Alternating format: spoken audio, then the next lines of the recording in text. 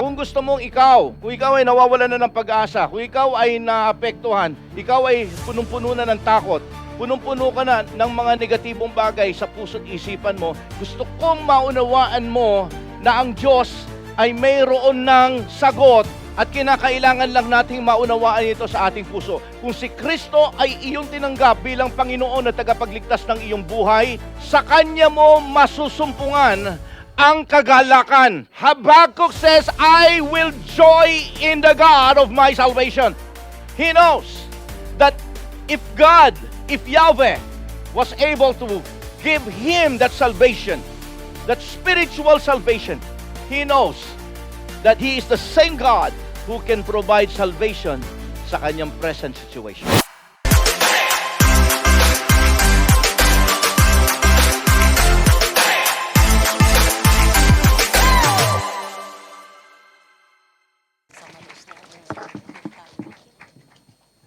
Morning everyone. Morning po! Ayos ba kayong lahat dyan? Purihin ng Diyos at ako ay natutuwa na gusto kong batiin ang ating Brother Marlon at Sister Anna Marie. Big congratulatory for their 25th renewal of vow yesterday. And purihin ng Panginoon dahil masaya ang lahat. It's not about the food but it's the people. It's about the people. It's about everyone joining together, enjoying the spirit of celebration together, and the love, okay, na inilagay ng Panginoon sa puso ng bawat isa para doon sa mag-asawa. So once again, palakpakan natin ang Panginoon. Dito natin masasabing, love wins. Amen? So ngayong araw na ito, mga kapatid ko, let me address a very important part of our lives as a Christian. I'm sure marami sa atin nakakaranas ng isang gabi, pupunta ka sa loob ng yung bago ka matulog, hindi ka makatulog, magulo isip mo, you are exhausted, you're tired, but you are mentally awake. Maybe because your mind keeps on running because something is playing things in your mind. Your mind is full of worries. Ano na mangyayari para bukas, pambayad sa ilaw, okay, concerns about your health, okay, nakikita mo medyo mihina na ang iyong katawan, parating nagkakaroon ng sakit, mga problema sa family, mga issues sa inyong pamilya, minsan ministerial problems, mga challenges na minsan hindi natin magawa. There are certain uncertainty in our future, lalo na sa mga nagkakaedad na kagaya ko. Alright? And so naranasan nyo na ba minsan your room was so quiet, yet your mind is so noisy? Okay, what I mean is your mind is full of anxiety and parang alam po ninyo, naalala ko yung may nagsalita minsan, so nabasa ko, sabi niya gano'n, your worry is like a rocking chair, sabi niya gano'n. Worry is like a rocking chair. It keeps you busy, but it gets you anywhere. It do not get you anywhere. Ibig sabihin, marami kang ginagawa, marami kang iniisip, pero walang nangyayari sa buhay mo. Yan ang ginagawa ng anxiety o worry sa ating buhay. That's the reason why, kung titingnan po natin, ito ang pinakamaraming, kumbaga malaking gastusin na ginagawa ng maraming mga tao sa buong mundo ay, alam po ninyo, tungkol sa bagbabakasyon, minsan bumibili ng mga gamot para sa ma-distress yung kanilang mga medications. Minsan may mga inilalagay nila yung kanilang isipan sa mga hobbies. Bakit? Just to somehow eliminate these worries and anxieties to help them focus out from those things that bother them.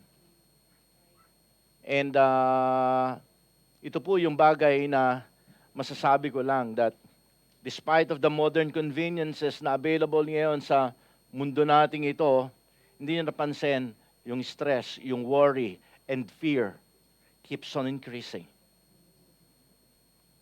And alam po niyo kung bakit? Kasi none of those things can bring us peace. But there is a part in the Bible na shinare sa atin ni Paul, which I am going to share to you today.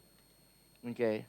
Na sinasabi niyang, the thing is, kahit ano pa at kahit gaano pa kamahal ang gagastusin mo para ikaw ay makakuha ng kapayapaan, hindi natin kayang bayaran ang kapayapaan ng ating kaisipan. Okay? Kaya pinamagatan ko po ang aking mensahe, Pathways to a Peaceful Mind. Yan. Alam po ninyo, kahit nagmayaman ka, actually, yung pang mga maraming pera ang hindi makatulog sa gabi. Gagawa sila ng paraan, bibili sila ng pampatulog. Okay? Sapagkat napaka-importante, they found out that even though they have everything in life, mahirap palang bilhin ang peace of mind. Sino ang kailangan ng peace of mind ngayon? Hallelujah! You came to the right place. Alright? Alam niyo kung bakit? Because everything that this world can offer, all this worldly convenience, do not address the deepest part, okay? The deepest need of the human heart. The reason sapagkat hindi sila ang tanging yung lumalang lang sa atin na nakakaalam kung paano kalikutin yung problema sa makina ng ating buhay. Siya lamang yun, siyang gumawa at nag-design ng makina na yon sa buhay natin ito. Okay? I'm just making this metaphor na isang mekaniko na gumawa ng makina na siya lang ang nakakaalam ng engine na yon. There's one story, okay, just pop out of my mind, si Henry Ford. Isang lalaki, ano pa lang niya, kabibili pa lang niya ng bagong kotse niya. This happened in the 1940s. And then, ang nangyari po, mga kapatid, ay masira yung kanyang sasakyan. And then all of a sudden, so hindi niya alam, he was nowhere. And dumating isang lalaki, lumabas sa isang mag-aarang sasakyan, naka-all white. Then all of a sudden, pumunta siya, chinek niya yung, sabi niya, anong problema mo? Sabi niya dun sa isang lalaking maayos at maganda ang itsura, na napakalinis at kumbaga kagalang-galang. Sabi niya ganun kasi po, mayroon pong sira yung sasakyan, kaya tumirik. So, ang ginawa ng lalaki, sabi niya, pakita ko nga yung makina. At sabi niya gano'n, sige, i-ano mo na, i-start mo na. Okay? All of a sudden, bigla nag-start. Okay? And then, sabi niya nun sa lalaki na mag-ara, inayos yung kanyang, may tiningnan lang na konti dun sa engine. Sabi niya gano'n, marami pong salamat. Sino po kayo? Sabi niya, ako si Henry Ford. Ako ang gumawa ng kotse na yan. Kaya yung Ford, siya po yun. It's a true story. Okay? So makikita po natin, mga kapatid ko, natin like ang Creator ang nakakaalam ng lahat ng bagay sa kanyang creation. At alam ng Diyos kung paano ibigay sa atin ang tama at na pangangailangan natin, lalo na sa salitang kapayapaan. Sabi ng salita ng Diyos, sabi ni Jesus Christ, darating ang banal na Espiritu at siya ang makapagbibigay sa atin ng kapayapaan. Kapayapaan na hindi kayang ibigay. Kapayapaang hindi nanggagaling sa mundong ito. Now, in the Bible, maraming bagay ang pwedeng i-share sa atin tungkol sa kapayapaan. Napakaraming area dyan. But this time around, kukunin lang natin yung, alam niya naman, yung aking hero, si Paul. Okay? Nagbigay siya ng ibang mga paraan upang ma-attain natin yung tinatawag na peace of mind. Ang sabi ko, wow, maganda ito. Okay? At ito ay makikita sa Philippians chapter 4, verse 4 to 9. Ito yung panahon na kung saan malapit nang mamatay si Pablo. Siya po ay nasa loob ng bilangguan. At in chapter 4, ito na po yung mga nasa huling bahagi ng kanyang sulat para sa mga Kristiyano sa Philippians. Of all the churches that he pioneered, Philippians is the most near to his heart. Mahal niya itong mga to. Alam niyo kung bakit? Sapagkat sa kabila ng kanilang pagdarahop at kanilang kahirapan, halos kumakain sila ng isang beses sa isang araw lang. But this church that he built supported him all the way. Hindi sila maramot. Pagdating sa gawain, sobra silang generous. Kaya grabing blessed na blessed si Pablo sa mga taga-Pilipos. Okay? Now, balikan natin to mga kapatid ko. In the latter part ng Philippians chapter 4, okay, nagbigay siya ng sulat.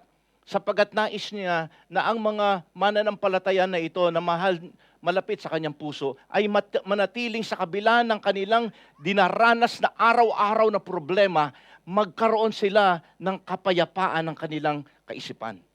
Peace of mind. Can you repeat after me? Peace of mind. Peace of mind. Ayan. Okay?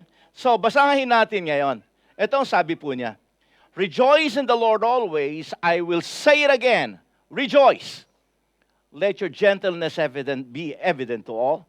The Lord is near. Do not be anxious about anything, but in every situation, by prayer and petition, with thanksgiving, present your requests to God.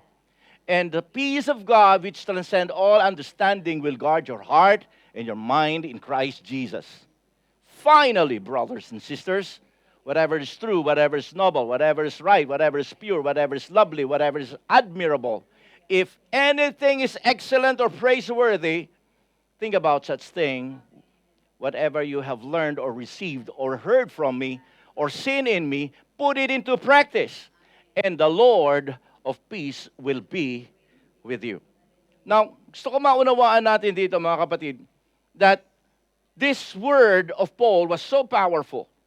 The reason why it is powerful because it was not written by Paul during the time na siya po ay nasa isang maganda at magarang palasyo. Actually, ginawa niya yung pagbibigay ng payo na magkaroon kayo ng peace of mind na siya ay nasa loob ng kulungan. Hindi maganda ang kanyang kalagayan. Okay? He was experiencing one of the worst part of his life. And yet, he was talking about rejoicing. He was talking about praying. He was talking about giving thanks. And he was talking about experiencing peace. Dito sa verse 4 hanggang verse 9.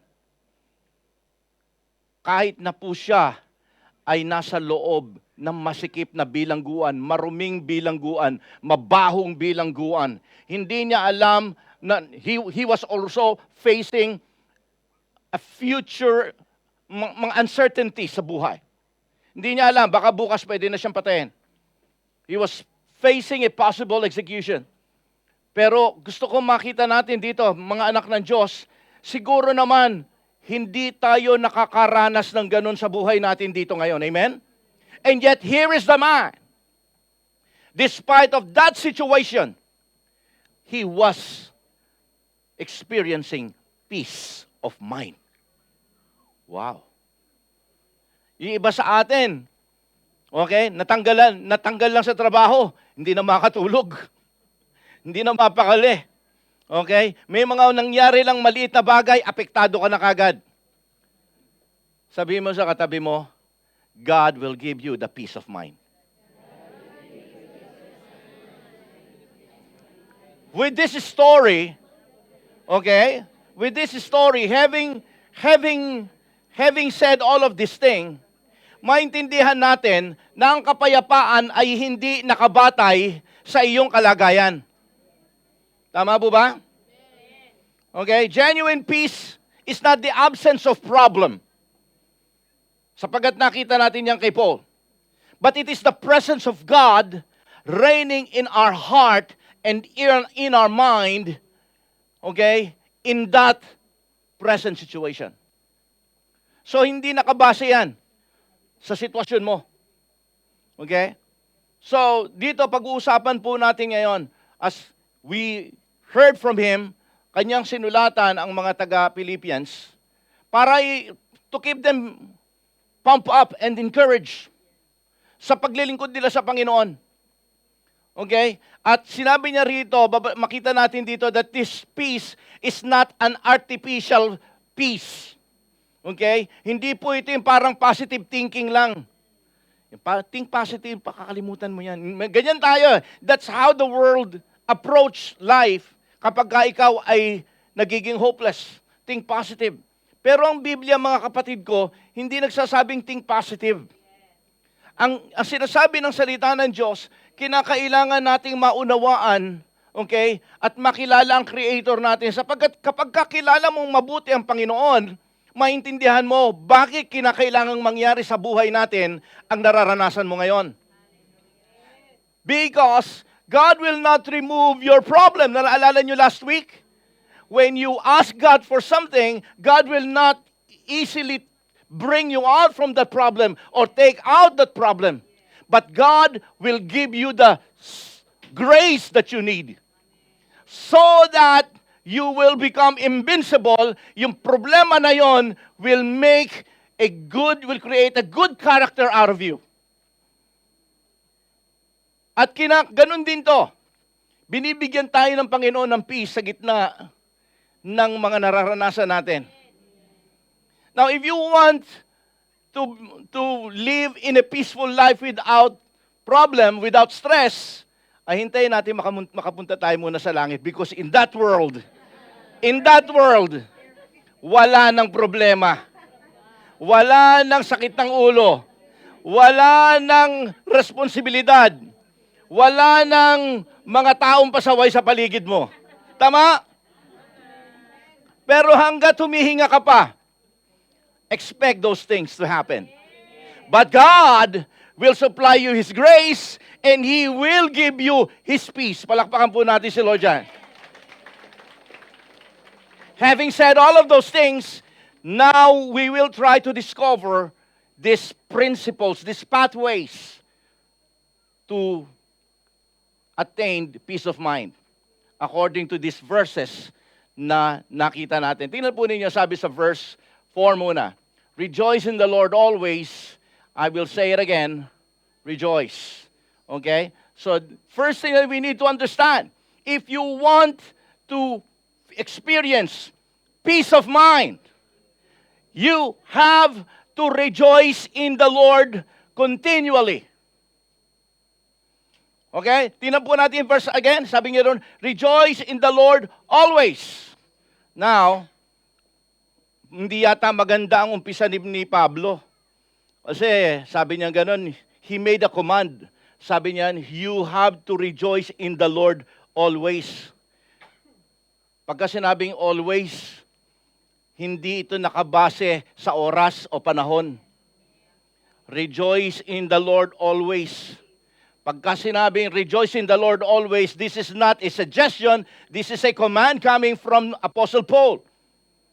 At ang sabi niya, hindi ka dapat maging joyful occasionally. Ang sabi niya, always. Can you repeat after me? Always. Okay? Hindi ibig sabihin, when all is well, rejoice. When all is not well, don't rejoice. Sabi niya nun, rejoice in the Lord always. Now, at a glance, para sasabihin natin, napaka-unrealistic naman yan. Bakit rejoice in the Lord always? Okay? Paano na pag kami financial pressure? Paano na pag kami namatayan ako ng loved ones? Rejoice in the Lord always. Now, tingnan po natin, the answer lies within the words, ha? Pagka ako nagtuturo, nagpipreach, talagang tinuturuan ko kayo. Kaya ang preaching ko madalas expository preaching so that we can always know kung ano talaga yung sinasabi ng verse para pagka kayo ay nag-meditate ulit, nadaanan nyo to, alam nyo na kung bakit sinabi to at papaano sinabi to at para kanino ito at paano mo i-apply sa buhay mo to. Sabi niya gano'n, rejoice in the Lord always. Hindi niya sinabing mag-rejoice tayo sa sirkumstansya, pero ang sabi niya rito, rejoice in the Lord. In the Lord. Kay Lord ka, maging joyful. Kaya kapag ka sa Kanya ay joyful ka, kapag ka nakikita mo yung ginawa niya sa buhay mo, Okay? Anumang sirkumstansya ang dadaanan mo, magkakaroon ka at mananatili yung joy sa buhay mo. Hindi ka nagiging joyful sa sitwasyon. Okay? Kung ang maraming mga tao sa mundong ito, their joy is based on situation and conditions. And when the condition change, okay, nawala na yung joy. Kaya ang sabi ngayon dito ni Paul, no, your joy should be based on your Lord who saved you, who gave you everything. So regardless of what's going on in your life, that joy will remain. Even though you are now walking in the middle of the storm, that smile, that joy will remain. You will not be affected. Of course, somehow, bilang tao, initially, medyo maapektuhan ka. But then again, kung ang kagalakan mo ay na kay Kristo, okay, alam mo, at the end of the day, there's a rainbow pagkatapos ng rain. Amen? Palakpakan mo natin si Lord dyan. You see the mentality of a person na ang kanyang kagalakan ay nasa Panginoon niya.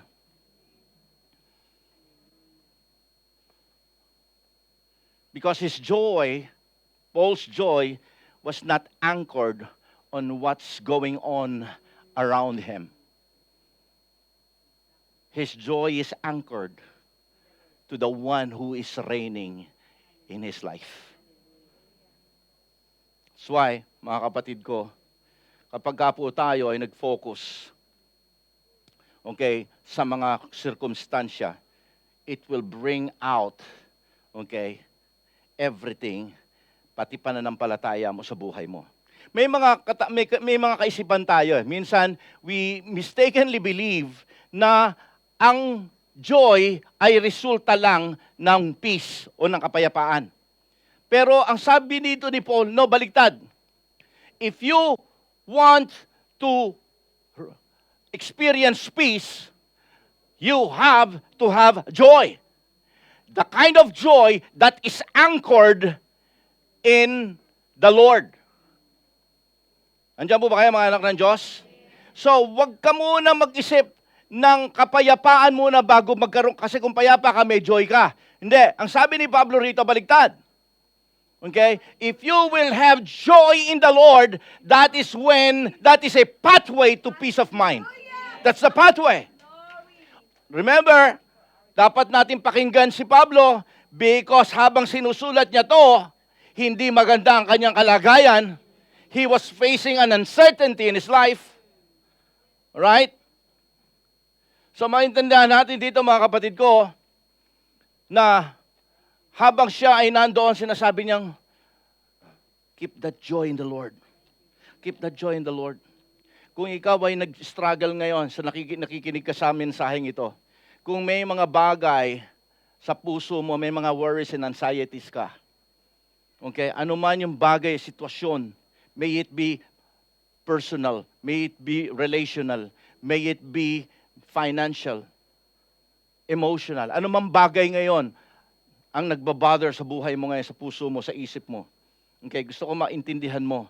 Try to dig in. And kumbaga, hanapin mo yung kagalakan mo sa ating Panginoong Diyos. Okay? Joy is not a denial of pain. Hindi ibig sabihin na hindi, kinakailangan baliwalain ko yung pain. Hindi naman ganun yun eh. Ang joy po is about your confidence in your God, in your Lord, in your Savior. Kumbaga, nandoon yung ano man yung pangyayari o mangyayari pa sa buhay mo o ano nangyayari ngayon, okay? Alam mong may matatakbuhan ako. Alam mong may masasandalan ako. The story of Habakkuk, kung kilala niyo si Habakkuk, he is one of the prophet.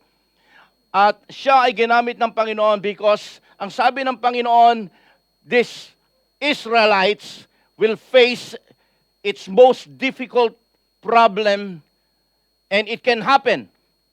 At nakita po ito ni Prophet Habakkuk, kung mababasa maliit, ilang chapter lang po yung 4 chapters lang yan. At there's a possibility of complete economic and agricultural collapse dahil may tagtuyot sa kanila. Hindi sila magkakaroon ng pananim, hindi sila magkakaroon ng ani. Pagka ganun po, mamamatay po. Maraming mamamatay sa kanila. But despite of the fact that there is a big possibility na sila po ay haharap sa isang napakalaking problema sa kanilang buhay bilang isang bansa. Tingnan po ninyo ang sinabi ni Habakkuk. Okay, chapter 3. Though the fig tree may not blossom, sapagkat hindi na mamumunga yung mga bunga, wala na silang makakain. Okay, wala na sapagkat tagtuyot, hindi na nabubuhay ang mga halaman. Though the fig tree may not blossom, nor fruit be on the vines. Tingnan sabi niya, yet I will rejoice in the Lord. I will joy in the God of my salvation. Hindi nakabase sa nararamdaman. Hindi nakabase sa pangangailangan. Hindi nakabase sa sitwasyon. Ang sabi niya ganon, kahit wala na makain, kahit kami maghihirap, I will continue to rejoice in the Lord. Why? Sabi niya, because my God is a God of salvation. That is what I want you to understand. Ito yung tinuturo ni Pablo sa atin ngayon. I'm using this story of Habakkuk just to illustrate to you kung ano ibig sabihin dito ni Pablo. Hindi niya tayo ginogoyo. Hindi siya nagpapauso rito. This happened in the Old Testament. At hindi bago yung kanyang tinuturo. Nangyari na ito. At itinuturo niya ito sa atin. At ito naman yung sinishare ko sa inyo ngayon. Na kung gusto mong kung ikaw ay nawawalan na ng pag-asa, kung ikaw ay naapektuhan, ikaw ay punong-puno na ng takot, punong-puno ka na ng mga negatibong bagay sa puso't isipan mo, gusto kong maunawaan mo na ang Diyos ay mayroon ng sagot at kinakailangan lang nating maunawaan ito sa ating puso. Kung si Kristo ay iyong tinanggap bilang Panginoon at tagapagligtas ng iyong buhay, sa Kanya mo masusumpungan ang kagalakan. Habakkuk says, I will joy in the God of my salvation. He knows that if Yahweh was able to give him that salvation, that spiritual salvation, he knows that he is the same God who can provide salvation sa kanyang present situation.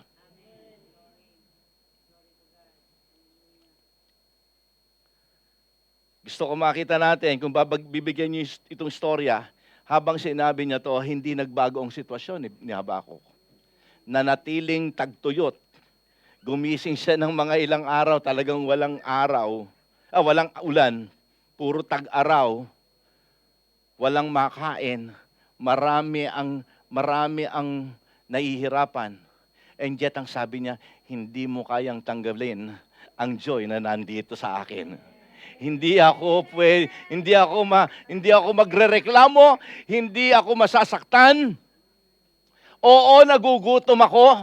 Oo, nakikita ko ang kahirapan sa paligid, subalit nananatili akong naniniwalang ang Diyos na tagapagligtas ay magliligtas pa rin sa amin. Iyan ang dapat nating maunawaan. Keep that joy continually, despite of the situation. Sabi niya ganon. So, hindi pa sa verse 4 pa lang yon. Excuse me. Sa verse 5, tingnan po natin sa verse 5. Let your gentleness be known to all men, the Lord is at hand. Ang sabi niya rito, kinakailangan daw po na tayo po ay maging, thank you so much. Excuse me,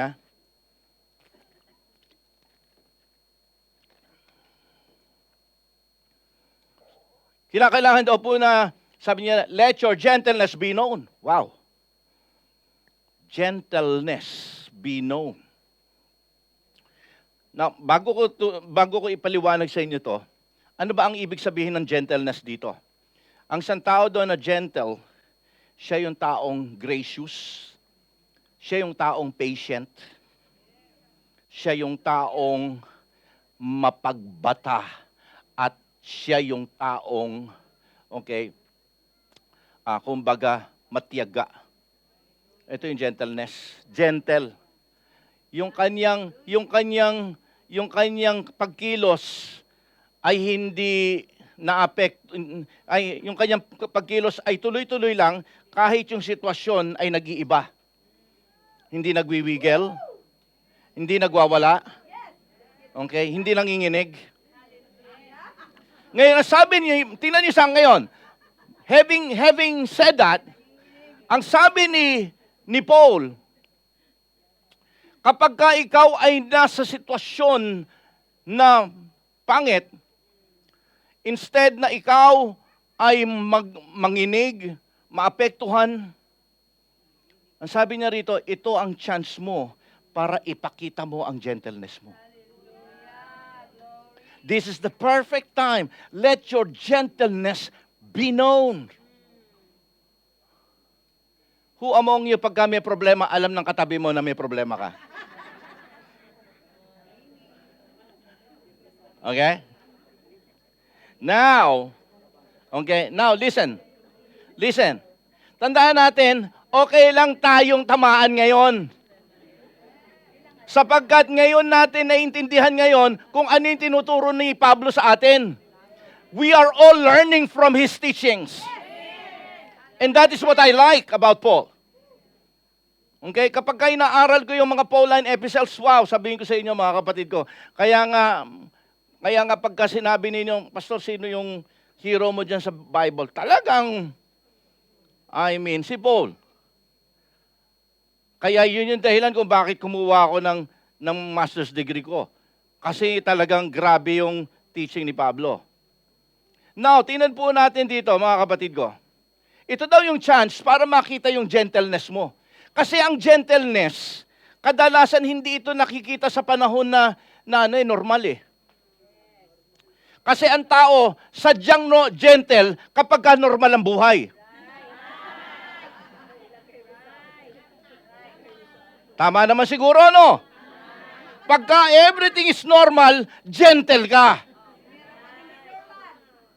Pero kapag para tayong dagat. Pagka walang hangin, gentle. Pero pagka dumating ng malakas na hangin, naku po, ito na, ang lalaking mga alon, nagiging tsunami. Pagka merong mga plates sa ilalim naggalawan, naku, ito na ang mga tsunami. Okay? Kaya nga sabi ko nga po sa inyo, sabi ni Pablo ngayon, let your gentleness be known. But how can I be gentle in the middle of the storm? When there's strong wind, when there's a squall going on. Ang sabi ni Pablo, then again, you know that you have to rejoice in the Lord. Sa sitwasyon na ito ngayon na dinadaanan mo, you have to look at the one who can save you. The one who provided for you in the past. The one who gave you that salvation, that most needed salvation ng iyong buhay. He provided it to you. So ngayon, ang sitwasyon ay, ngayon ka pa ba bibitaw? Ngayon ka pa ba magpo-focus sa sitwasyon na yan? Ang sabi ni Pablo, rejoice in the Lord. Sabi mo sa katabi mo, rejoice in the Lord. Amen? Now is the time to show your gentleness. Hindi ka magpapaka-plastic, pero sasabihin mo ngayon, Panginoon, life must go on ordinarily. Life must go on ordinarily. Malakas ang bagyo sa labas, but life must go on ordinarily. I will not be shaken because I have my God with me. That's how you should look at it. Because you're rejoicing with the Lord. Let your gentleness, parang niya sinasabing, let your gentleness be known. Ibig sabihin niya rito, makita nila kung sino si Lord sa buhay mo. Yan ang ibig sabihin niya. Yan ang ibig sabihin niya, mga kapatid ko. Okay? Now, this is another one, powerful po ito. Yung word na ito na sumunod. The Lord is at hand. When the Bible says the Lord is at hand, it gives us two meaning. The Lord is at hand. Ang unang meaning ng the Lord is at hand, bakit kinakailangan mo maging gentle? Bakit kinakailangan mo nagagalak sa Panginoon? Because the Lord is at hand. Ang ibig sabihin niyan, ang Diyos ay, sa ibang salin, the Lord is near us. Near with us. The Lord is near. The Lord is right there with you in your situation. Yun ang ibig sabihin, the Lord is at hand. So, why worry? So why you allow your life to be affected by your situation when the Lord is near you? Yun ang sabi ni Paul. Hindi kanya iniwan, hindi kanya pinababayaan.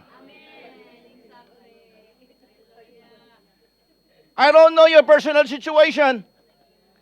But our purpose is to gain, sabi nga natin, is to gain genuine peace of mind. Okay? Now, sabi po ng salita na just the first meaning ng the Lord is at hand. The Lord is near you. The Lord is just, with you wherever you are.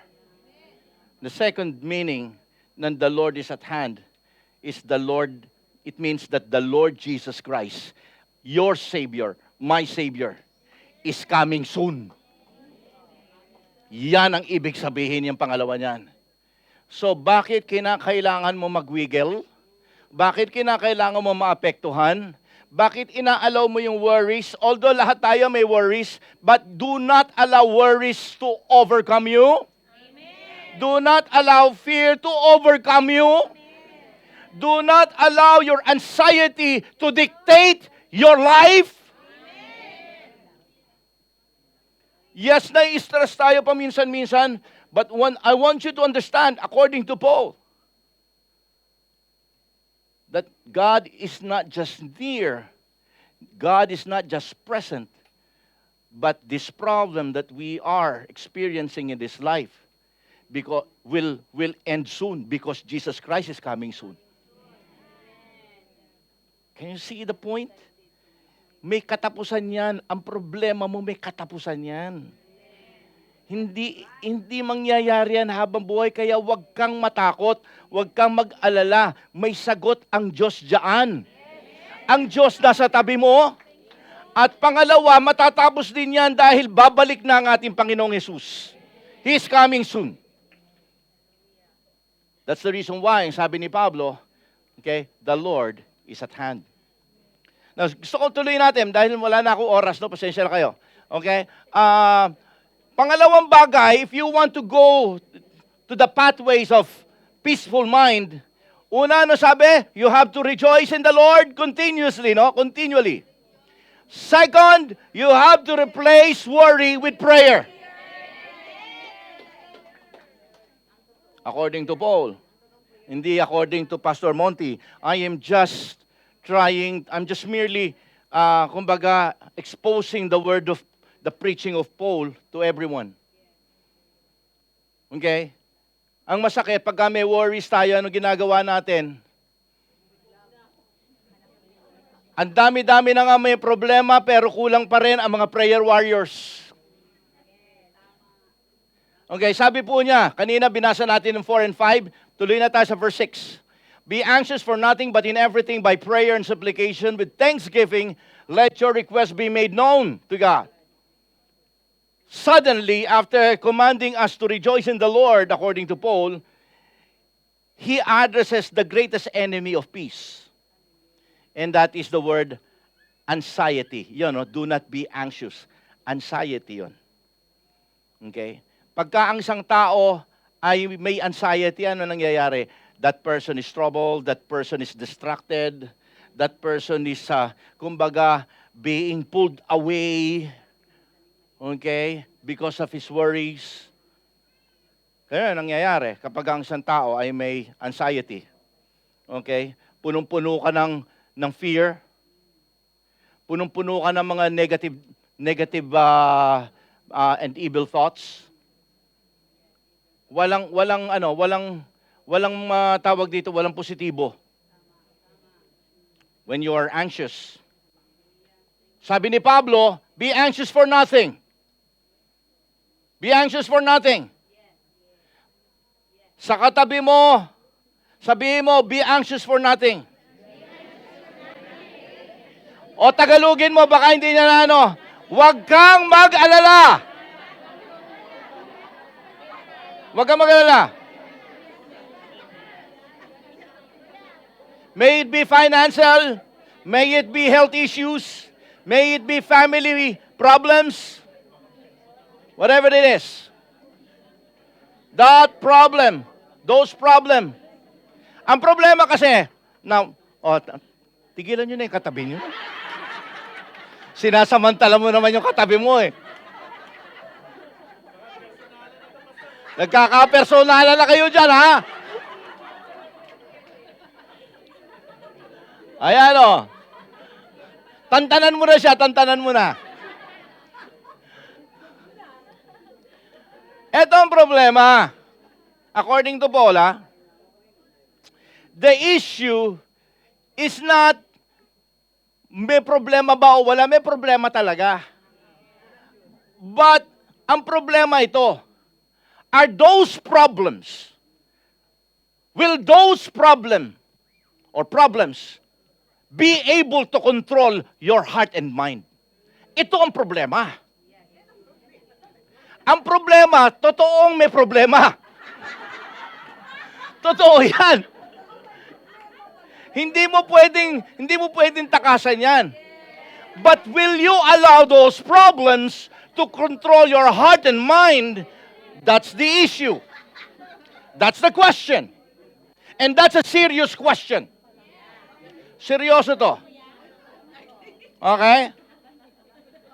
Sapagkat if you will allow those problems to control your heart and mind, mabigat ang problema nga harapin mo ngayon. That's why, sabi nga niya, be anxious for nothing. Kinakailangan, wag kang mag-alala sa maraming bagay sa mundong ito. Maraming mga tao, alam ko may mga kakilala kayo. Lahat na lang problema sa kanya. Lahat. Makakita lang ng ibon, ano kaya kinakain niya? Hindi niya problema ng ibon, pati siya pinoproblema niya yon. Ay nako, nakakita na ako ng ganyan. Alam ko may kakilala kayong ganyan. Konting bagay, pinoproblema. Hindi na niya problema. Problema na ng ibon. Pambira, oh. Ay nako. Nako, relate na relate. Now, I want you to understand this, okay? Bakit niya sinabing be anxious for nothing? That's the question. Bakit hindi ka dapat mag-alala sa mga problemang dinadaanan mo sa buhay nito? Sabi niya, be anxious for nothing. Pagka sinabi, be anxious for nothing, may it be small to the smallest to the biggest. Be anxious for nothing. Never allow those things to control your heart and mind. Ang sabi niya gano'n, ito yung kanyang advice. Ito yung kanyang advice. Ang advice niya ganito, you have to, what? Ang sabi niya nun, you have to put it in prayer and supplication. Meaning to say, meron kasi tayo, pagkasipon lang, hindi natin pinagpe-pray kay Lord eh. Kayang-kaya na ni Yusef yan. Hindi na si Lord. Poproblemahin ko pa, bibigyan ko pa ng problema si Lord eh. Kaya na ni Joseph to. Kaya na ni medical to. Okay? Ang gusto ko makita natin dito, hindi. Tinuturuan tayo dito ni Pablo. Ang isang tao nang gusto ng totoong kapayapaan ng kanyang kaisipan, peace of mind, is a man who is prayerful. A woman who is prayerful. A person who always communicate with God. Kasi ito yung word na, ang prayer, it means to communicate with God. Now, the word supplication, listen to this. The word supplication is request made to God. So, yung prayer, tinuturuan tayo dito ni Pablo na, maging mapanalangin ka. Maging mapanalangin ka. Problema man ito, at ngayon may supplication tayo, may pangangailangan tayo, ito'y i-request mo sa Panginoon. Huwag yung parang ang tamad-tamad mo. Alam naman ni Lord yan eh. Ayan Lord, alam mo na yung mga problema. No. Ang akala mo para kay Lord yan, alam ni Lord yan. Pero ikaw hindi mo alam yan. Kaya kinakailangang i-vocalize mo yan. Lord, alam niyo kanina yung sadyo ko, sinigawan ako, Lord kaya nasaktan ako Pero Lord, tinataas ko sa iyo, Panginoon, baguhin mo yung puso niya sa akin. By saying those things, ang hindi mo alam, ikaw ang gumagaan. Kausap mo ang Diyos. May mga bagay na maliliit tayo na binabaliwala natin, kaya yung mga maliliit na bagay na yon, pagtagal-tagal, apektado ka na. Sapagat hindi mo binibigay sa Panginoon. Ang sabi ni Pablo, maliit o malaki, let it be known to God. So that you will never be anxious for nothing. Palakpakan po natin si Lord. See? Para sa ating Panginoon, mga kapatid ko, nothing is too great, nothing is too small. In everything. Sabi niya gano'n. At sabi pa niya rito, sabi pa niya rito talagang kinakailangan natin daw what? Kinakailangan daw natin gawin ito ng mamaya na yan. Yung hindi ko nasulat, hindi ko naguhitan, pero ito yung word nito, pagka ikaw ay nanalangin, samahan mo daw ng thanksgiving. With thanksgiving. Nakita niyo yung word niya? Kaya sa Biblia, tinuturuan ko kayo na wag nating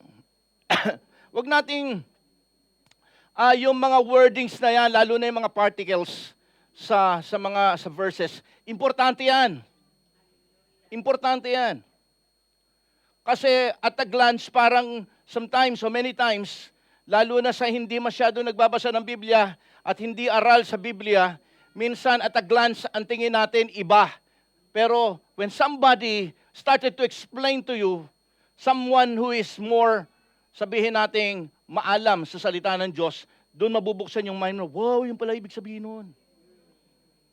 Sabi po rito na salita ng Diyos dito, pagka nanalangin ka, sa lahat ng bagay na ito, huwag mong kalilimutang magpasalamat, ha?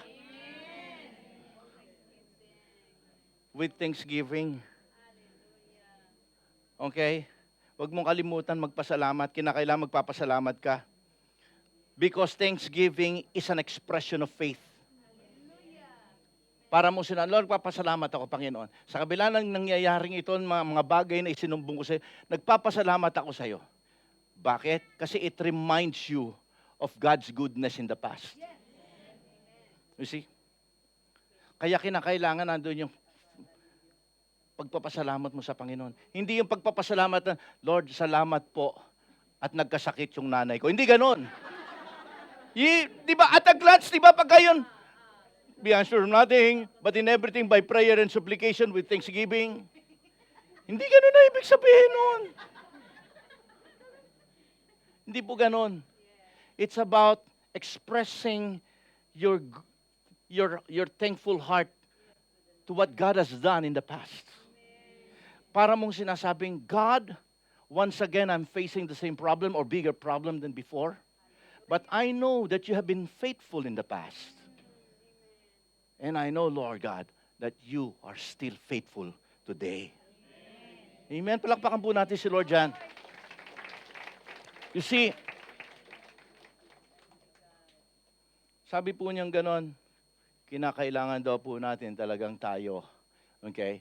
Let your request, sabi niya ganon, let your request be known, made known to God. See? He was now trying to push you and me. Manalangin ka kahit maliit na bagay lang yan, ha?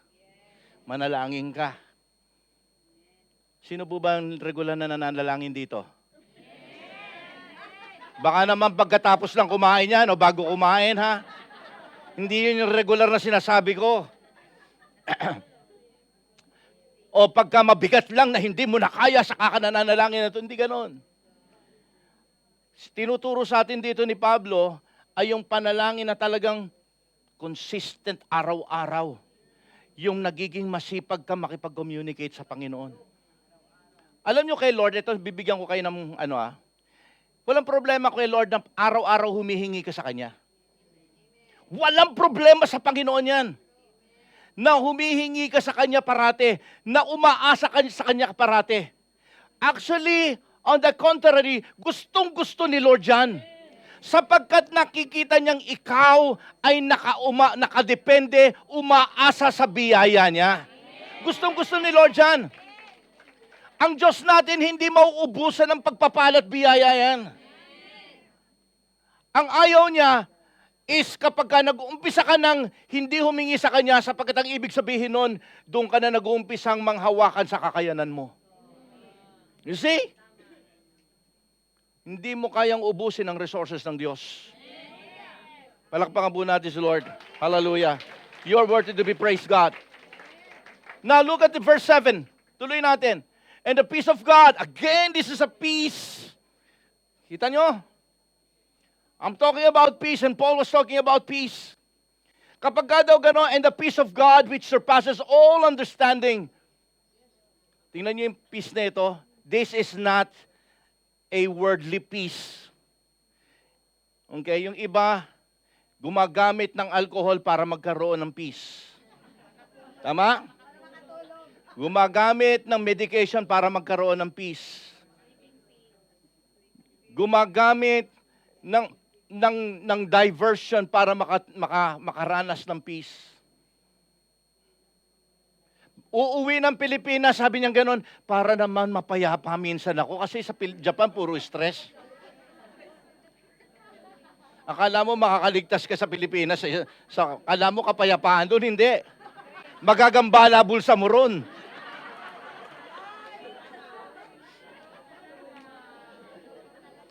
This peace is supernatural. Why? Tanong, bakit supernatural yan, Pastor? Because this is not the peace of the world. This is the peace of God. Amen. The peace of God. Amen. That's why this is supernatural. The kind of peace that the world cannot produce. And then, sabi niya rito, it will surpass kasi hindi mo maintindihan, why, Lord? Binibigyan mo ako ng steady heart. Na yung iba minsan nagtatanong sa akin, sis, buti nakakayanan mo yung sitwasyon mo. Buti nakakangiti ka pa. Buti nakakapaglingkod ka pa. Buti nakakatayo ka pa. Even you, sabi nga, it surpasses understanding. Kahit ikaw hindi mo naintindihan, hindi mo alam ang sagot. Hindi mo alam. Sasabihin mo na sa biyaya lang na Lord, hindi ko alam din eh. Why? Because it surpasses understanding. We can never, ever comprehend the peace of God. Sabi ng salita ng Diyos, that understanding, that peace will guard your heart. Alam po ninyo yung word na guard na ito, sa Greek word, ang ibig sabihin nito, mga kapatid ko, is, this is a military word, ha? It's about a soldier protecting a city from an attack. Taking that word, Satan will continue to attack you, attack your peace of mind, attack your heart, attack your mind. But ang sabi ng salita ng Diyos, okay, God is able to produce that kind of peace.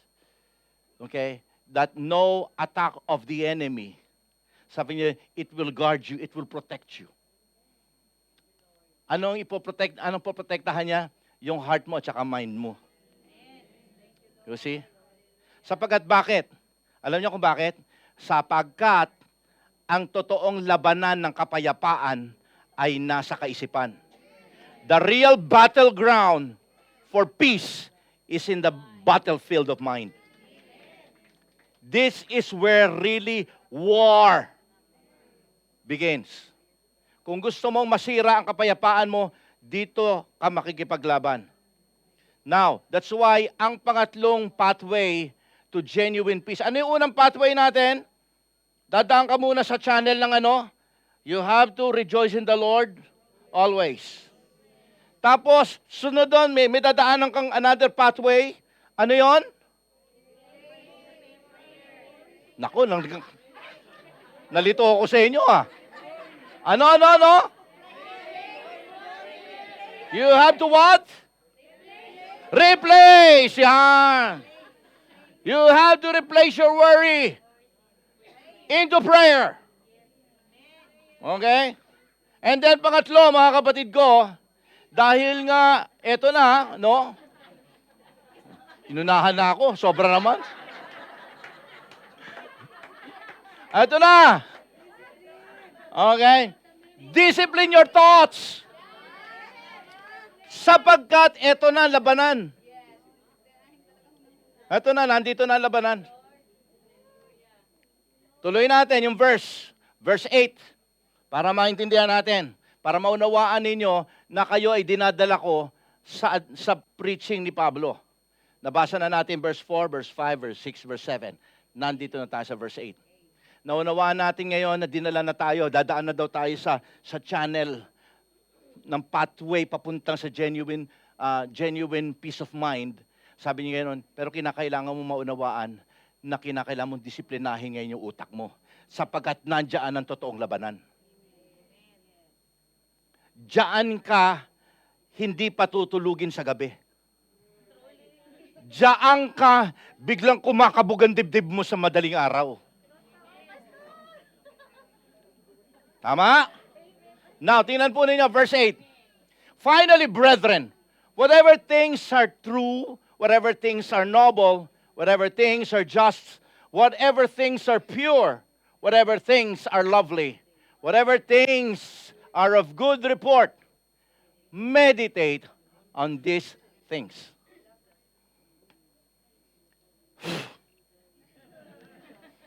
Alright?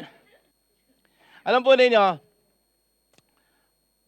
alam ni Pablo na maraming pumapasok at finifeed ang mundo sa puso at isipan natin. Tama?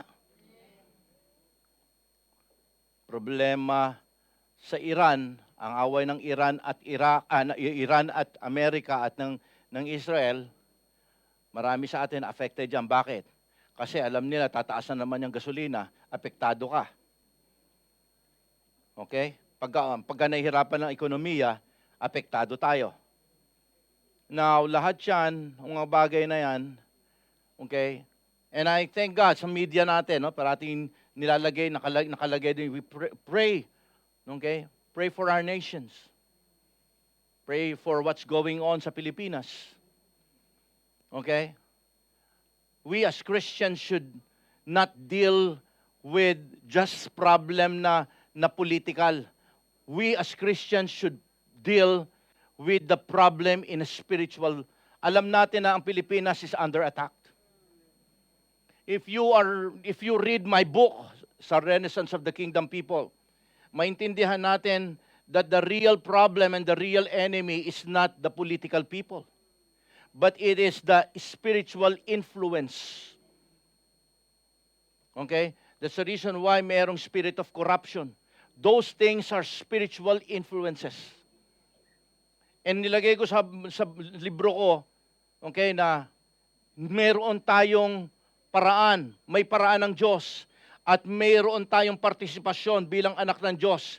Mayroon tayong kanya-kanyang gagalawan at role upang makatulong tayo sa pagbabago ng ating lipunan. At kung hindi natin alam ito, hindi natin naunawaan yon sa perspektibo ng Diyos, hindi mo maunawaan kung saan, kala mo lang, ang problema mo, buhay mo lang. Hindi. You are part of God's kingdom.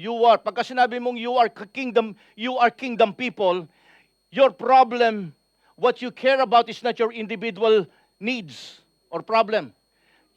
Pinoproblema mo rin ang problema ng lipunan na iyong ginagalawan. Sapagkat ang panawagan ng Diyos ay magamit ka upang maibaba mo ang kaharian ng Diyos dito sa lupa. Upang maipakilala mo si Kristo sa kanila. Importante yon. Okay? Nabasa niyo na po ba yung book na ginawa ko?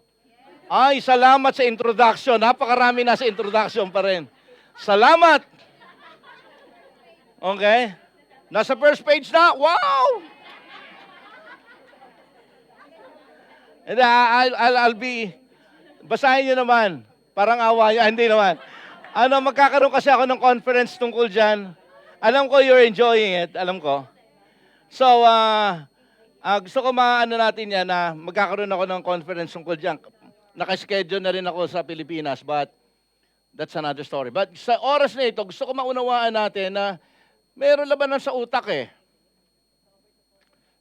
Finally, okay? Importanteng alagaan mo yung utak mo, yung mind mo, yung thoughts mo. Okay? You really have to protect it. And try, mamaya, paano natin didisiplinahin, tuturo ko sa inyo according to Paul.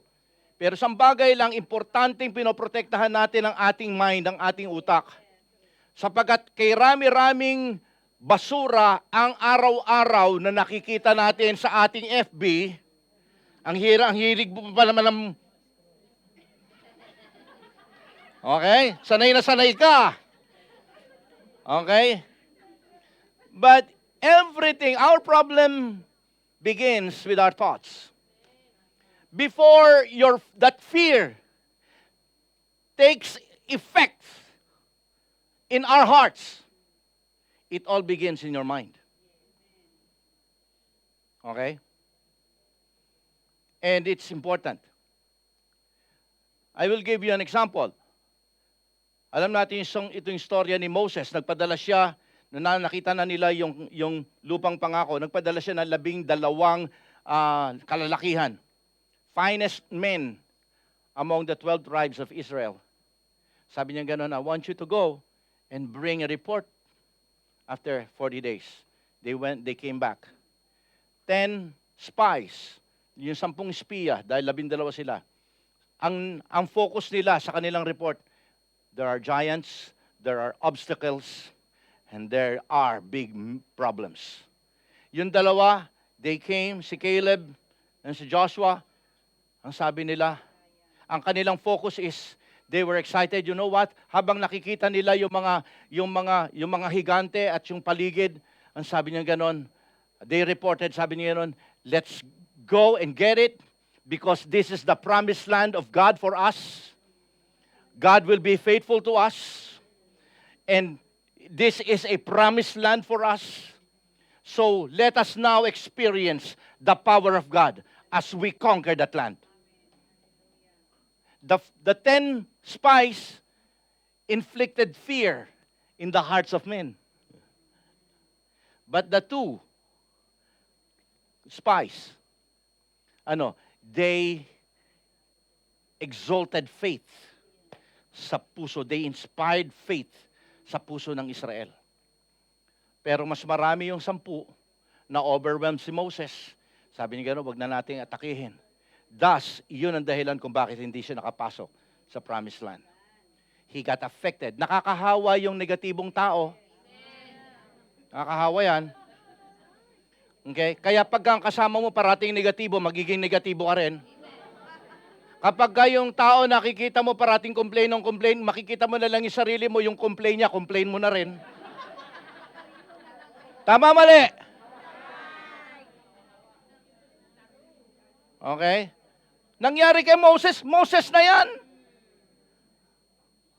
That's why you have to discipline your mind. Because the true battle happens in the mind. That's why, ano sabi rito ni Pablo? Kaya ito ang dapat mong gawin. How can we discipline our mind? Padadaanin mo ngayon sa mga filters. Okay? Anong filters? Kaya sabi niya ganon, whatever is true. Whatever is true. Ibig sabihin, kung ano yung nakikita mo, nababasa mo, huwag mo kagad paniwalaan. Whatever is true, he was talking about truth. Okay? Huwag kagad tayong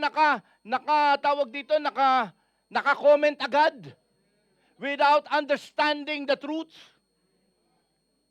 Okay? Kaya kinakailangan, sabi niya, whatever is true.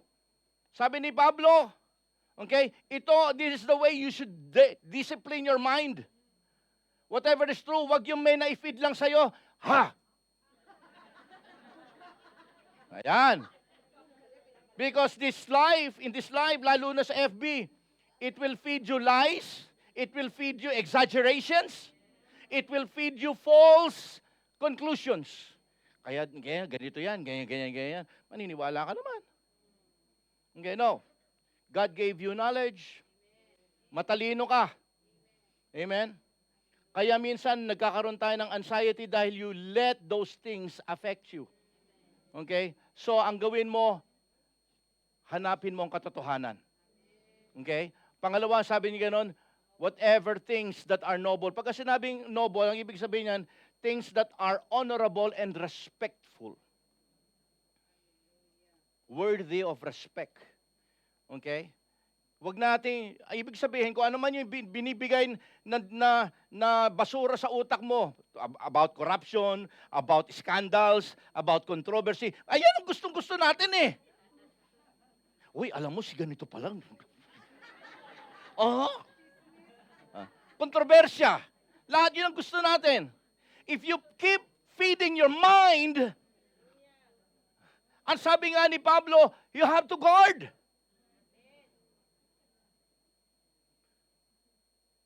Pagka hindi tayo naging maingat, wala kang filter ng things that are noble. Pagka alam mo scandal, alam mo pangit, alam mo, pasensya na. Pagka yun, parati umapir sa FB mo, Amen? You have to train your mind what is honorable, what is respectful, what is true. Amen? Whatever is pure. Naku, nagulo-gulo na yung mga ano natin, ha? Okay? Whatever is pure. Pagka sinabi, ano yung pure? Morally clean, yung ibig sabihin niyan. Kasi sa mind natin, kung ano-ano ilalagay sa utak natin yan eh. Tandaan natin, ano yung mga finifeed. What is morally pure?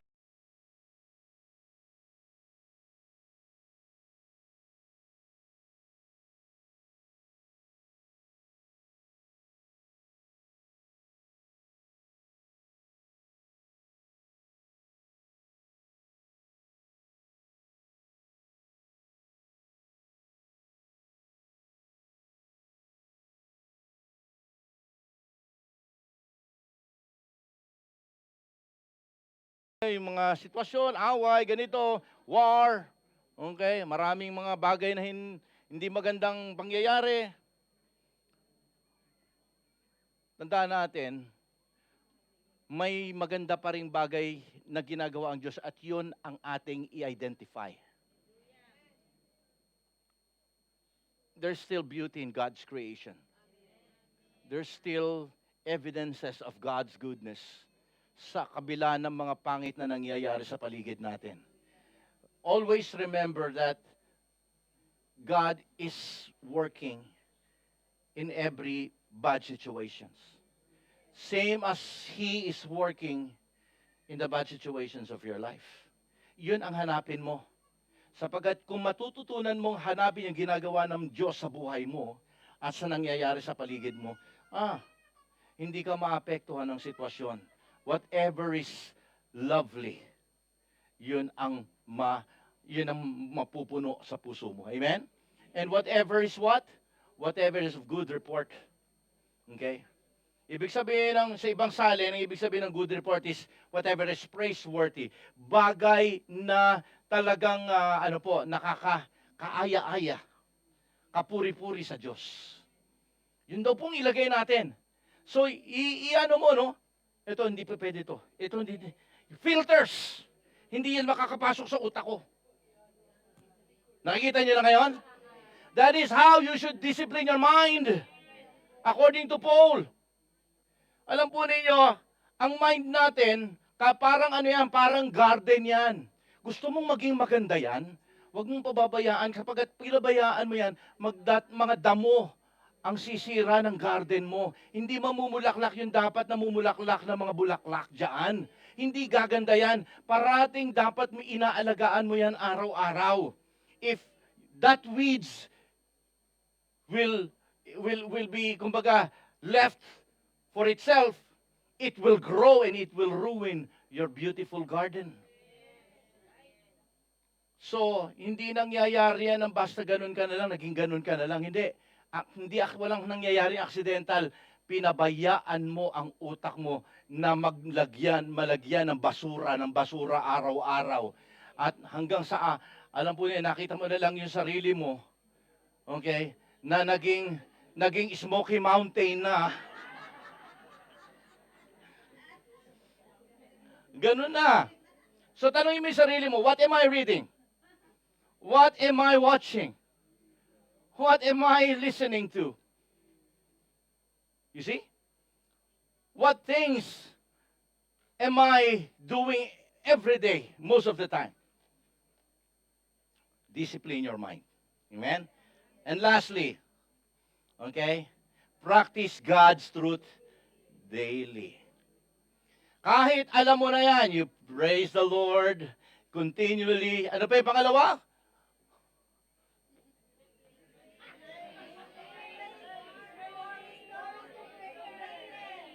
Ano pangatlo?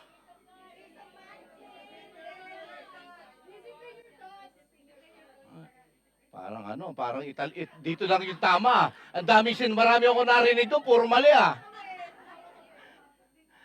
Now, the verse na sabi ng pang-apat is practice God's truth daily. It has to be what? It has to be practiced. It has to be lived out. Okay, sabi po ng verse 9, nandito na tayo sa last verse. The things which you learned and received. Marami na tayo naunawaan. Marami tayong ngayon na pag-aralan. Minsan marami ka nang alam sa Biblia. Pero sabi ni Pablo, kahit marami kang alam, marami kang naintindihan sa Biblia, ang sabi niya, the things that you have learned and received and heard and saw in me, sabi ni Paul, this do. Yan nyo? Kasi alam po ninyo, peace requires obedience. Peace requires actuation. It requires practice. Okay? Kahit pa alam mo ang katotohanan, naniniwala ka sa katotohanan ng Diyos, kahit pa mahal mo ang katotohanan ng Diyos, pero hindi mo naman ito sinasagawa, you fail. If you fail to practice what you know, you fail. See? You have to practice it. You have to live it out. Sabi ni Pablo rito, this do this. Baligtarin natin para mas naintindihan ninyo. Okay? Marami na kayo nalaman. You learn, you hear, you study, you heard it, you have seen it. But sabi niya ganon, knowledge alone is not enough. You have to do it. You have to apply it in your life. Okay? And parang ano yan parang prescription ng doktor, pumunta ka sa doktor. Okay? Tapos sa sakit-sakit ng tiyan mo. Okay, humingi ka, binigyan ka ng prescription, ito inumin mo kagad to, pumunta ka sa Mercury Drug. Pumunta ka na kagad, bumili ka, bilhin mo to. Pumunta ka, binili ang mahal-mahal ng bayad mo sa doktor, mahal din ng gamot na binigay sa iyo. Okay? Tapos sasabihin mo ngayon, bakit ilang araw na hindi pa rin nagbabago, ganun pa rin katindi sakit ng tiyan ko. Kasi alam mo kung bakit? Kasi hindi mo iniinom yung binili mong gamot.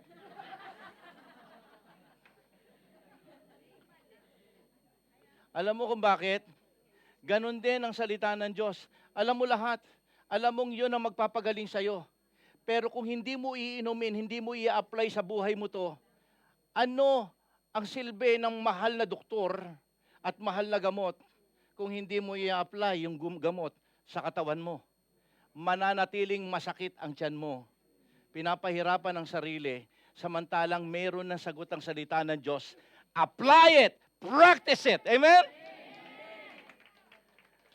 Now, tatapusin ko na po rito. Kasi dito po, natuwa ako kasi kanina sa verse 7, nakita natin yung, and the peace of God. Ibig sabihin yung peace na ibibigay niya sa atin ay supernatural. Amen? It's the peace coming from God. Tingnan po natin yung verse 7, okay? Happy po ron. The peace of God shall, okay? I'm sorry. The peace of God shall guard your heart. Okay? Now, your heart and mind. Now, kita po ninyo. Sa verse 7 na ito, yung peace na sinasabi ni Pablo, sabi niya gano'n, is a peace of God. Pero dito sa verse 9 na binasa natin, tingnan ninyo may transition. Gusto kong maging ganito kayo mag-aral ng salita ng Diyos. Tingnan yung transition sa verse 9. And the God of peace, bumaligtad. Kanina, and the peace of God. Now, sa verse 9, sabi niya, and the God of peace. Naintindihan niyo yung sinasabi ngayon dito ni Pablo? Ang sinasabi ni Pablo, ganito, hold your breath. Okay? Importante ngayon to.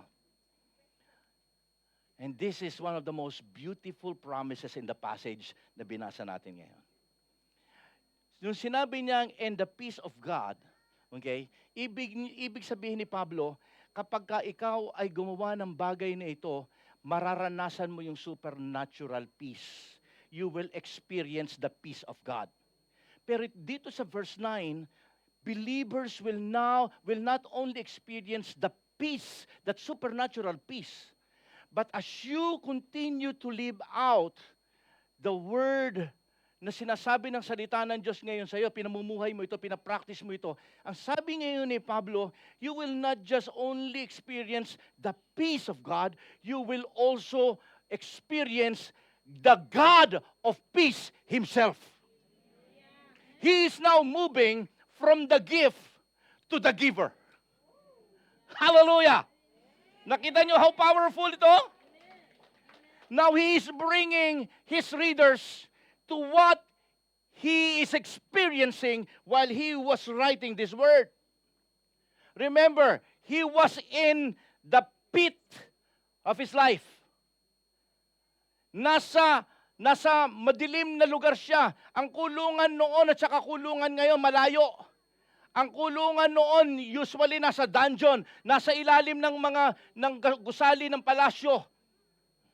At lahat ng dumi, lahat ng mga tubig na marumi, dumadaan lahat doon. Mabaho ron.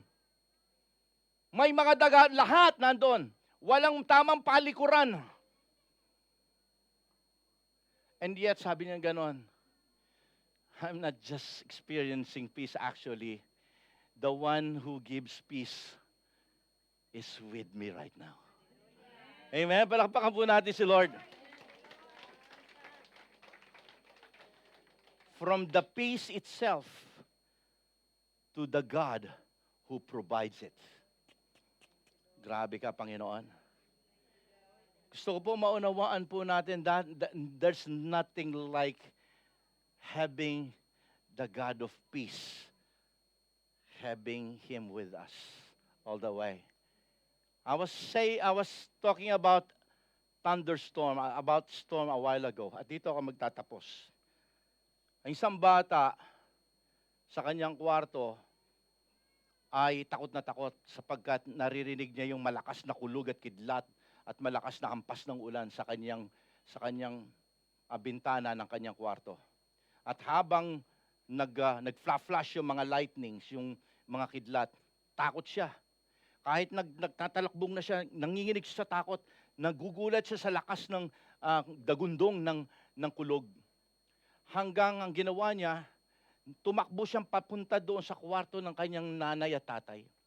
At ang ginawa niya, nagsiksik siya doon sa gitna ng kanyang nanay at tatay. Niyakap siya ng kanyang tatay. Okay? And eventually, nakatulog na siya. Pero ang bagyo, ang kidlat, ang kulog, hindi nawala. Pero bakit siya nakatulog? The difference? It's the presence of his father. Because that child knows that he is not facing that storm all by himself. He knows that this father is right there beside him. At ganoon ang dapat nating maintindihan bilang isang anak ng Diyos. Dumadaan tayo sa sitwasyon, tandaan mo, lumapit ka lang sa Panginoon, hindi ka nag-iisa. Sasamahan ka niya sa bagyo. Tayo pong lahat ay tumayo. Let us all stand up. Hallelujah. You see, that's the same experience that Paul was experiencing during the time that he was writing this epistle to the people in Philippi. Now, Paul gave us the 4 pathways for peace of mind. Remember, you have to constantly rejoice in the Lord. Your joy should be anchored with your Savior, not with your situation, not with your condition. Then, have to pray. Exchange your worries to prayer. Pray constantly. Then as you are praying constantly, you have to discipline your mind. Try to put upon your mind the truth, the noble things, the pure and lovely and excellent things, which will be the filters. Yung mga basura na yan, don't allow those things to enter into your mind. And then, practice the truth. Alam ko, minsan mahirap, but you have to apply it. Have to apply it. Because as you apply those truths, you will not only experience peace, but you will experience the God of peace Himself. Meaning God will manifest His life upon you. What a promise!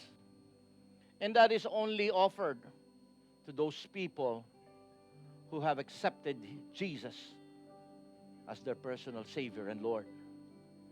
I want you to thank God for that. Hindi ka pinababayaan ng Panginoon.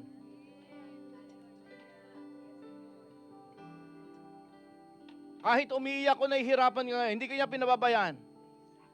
Even if you feel like you're in the midst of the storm, know that you're not facing it alone. God is with you all the way. Now, for those people, first-timer, if you haven't had experience accepting Jesus as your Lord and Savior, kung meron po rito, this is the first time na gusto mong tanggapin ngayon si Kristo. At sinasabi mong, Pastor, nais ko siyang tanggapin sa aking puso. As everybody is bowing down their heads, closing their eyes, I want you to lift that hands because this is the perfect time for you to accept Him. Do not let this chance, this opportunity to pass you by. This is your perfect time to accept Him. If you want to accept Jesus Christ, itaas po ninyong iyong kamay. And I want you to lift, to pray after Him. Salamat po sa mga kamay na yan. As everybody is closing their eyes, please repeat after me and allow these words, na banggitin mo ito, padaanin mo sa iyong puso. Habang nakataas po yung kamay na yan. Ang tatanggapin mo ay hindi yung church na ito, nor si Pastor Monty. Ang tatanggapin natin ay si Jesucristo, na pagkatapos mong tanggapin at ipahayag siya sa iyong buhay, siya ang iyong magiging tagapagligtas at siya ang magbibigay sa atin ng kapayapaan. Repeat after me in this prayer. Sabihin mo, Panginoong Jesus, salamat po sapagat narinig ko ang iyong mabuting balita. Pumasok ka po sa aking puso. Pagharian mo po ako, Panginoon. Pakalinisin mo po ang aking puso sa lahat ng aking mga kalikuan, lahat ng aking kasalanan. Ako po ay nagsisisi, nagpapakumbaba, nagsusumamo. Patawarin mo po ako. Panginoong Jesus, linisin mo po ako ng iyong banal na dugo at gawin mo po akong karapat-dapat sa iyong harapan. Nagpapasalamat po ako sa tagumpay mo doon sa krus upang ako ay tubusin mo mula sa aking makasalanang sitwasyon. Ikaw na po ang maging Diyos, maging Panginoon, maging tagapagligtas ng aking buhay simula sa mga oras na ito. Ikaw na po ang magiging hari